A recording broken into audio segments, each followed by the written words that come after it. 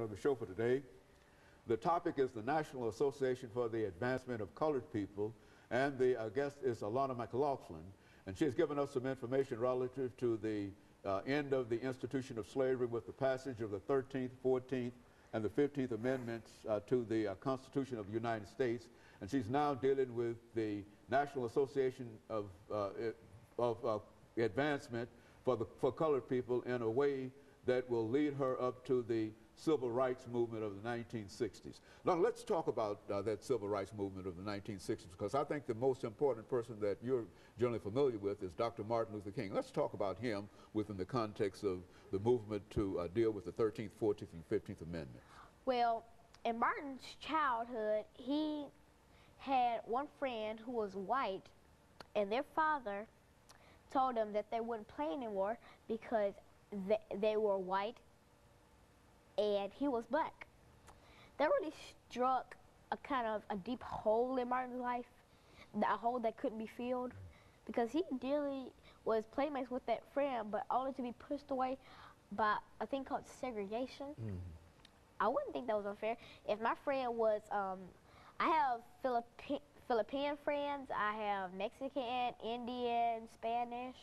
I have friends from everywhere, and I would feel that it would be right for me not to be their friend because I'm not the same. I don't originate from where they originate, so I wouldn't think that would be fair, and neither should Martin have to put up with something that cruel. And so that was part of the information that you know about Dr. King, that he had that impact, had an impact on his whole upbringing in terms of his attitudes about. He gave this great speech called "I Have a Dream" at one time. What was that all about?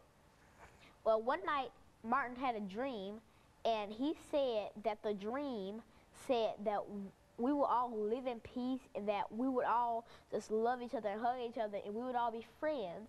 Now, him and his wife, Coretta Scott King, they march and they go around the world talking of this dream, they say. And they say that it was just of peace and everybody loving each other and just everybody being friends and just no hatred in the whole world. Well, now, does it sound strange to you that a person like Dr. Martin Luther King, who had such a dream, should be killed by somebody? Why don't you say something about his assassination? Well, one day he was in his Memphis hotel, and boom, there was a gunshot. Nobody knew what was happening, so everybody went up, and then they saw Martin Luther King in a pool of blood on the balcony of his Memphis hotel. And at the Lorraine Hotel in Memphis, Tennessee. And that really struck a hole in his wife, Coretta Scott King's life. That really struck a hole in her life. And I believe she never got remarried. I believe that really kind of caused a kind of a hole in her life because she deeply loved Martin.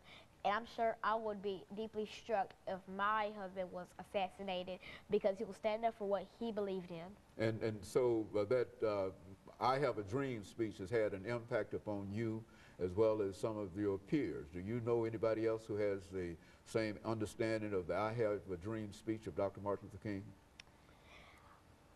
There may be a lot of people who feel as I feel, but not as many youths as there should be. As you grow up, you can get more of a better understanding of Dr. King and of how he lived his life, and you could get a better understanding.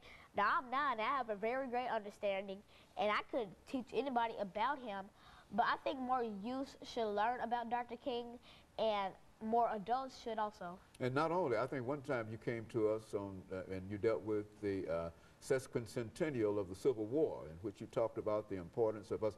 So you would put the Civil War and the Civil Rights Movement together as something that people ought to know about? And yes. How would you tie those two events together? Well, they were both fought with whites and blacks.